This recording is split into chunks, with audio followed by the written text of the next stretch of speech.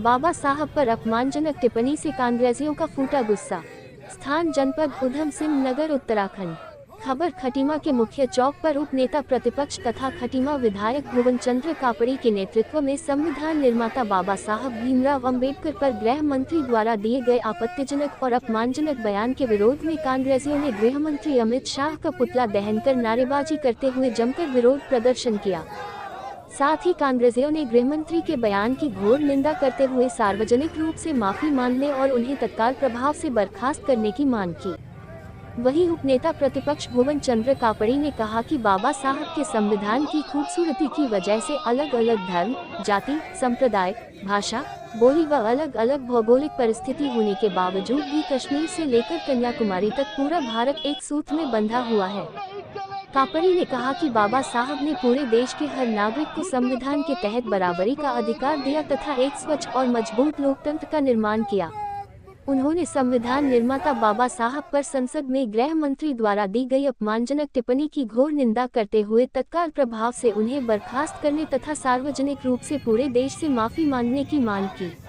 इस दौरान बाबा साहब डॉक्टर भीमराव अंबेडकर जी के दर्जनों अनुयायी उपस्थित रहे।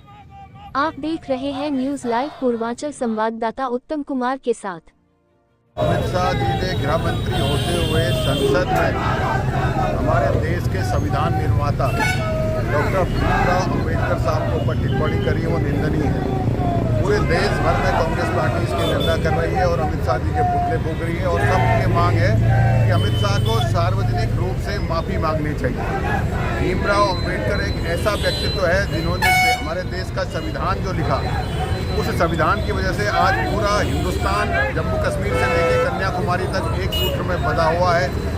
अलग अलग जाति, संप्रदाय, अलग अलग मौसम, अलग अलग धर्म, अलग अलग पहनावा, अलग अलग भाषा, उसके बाद भी हिंदुस्तान की अनेकता में एकता हमारे देश का संविधान है जिसके निर्माता भीमराव अंबेडकर साहब हैं। और संसद में जो उनके ऊपर अमित शाह जी ने टिप्पणी की है वो निंदनीय है। उसकी घोर निंदा करते हैं, विरोध करते हैं और ये मांग करते हैं कि अमित शाह को सार्वजनिक रूप से माफ़ी मांगनी चाहिए, क्योंकि अंबेडकर साहब हमारे देश को अनेकता की वो एकता में के सूत्र में बांधने वाले संविधान निर्माता हैं।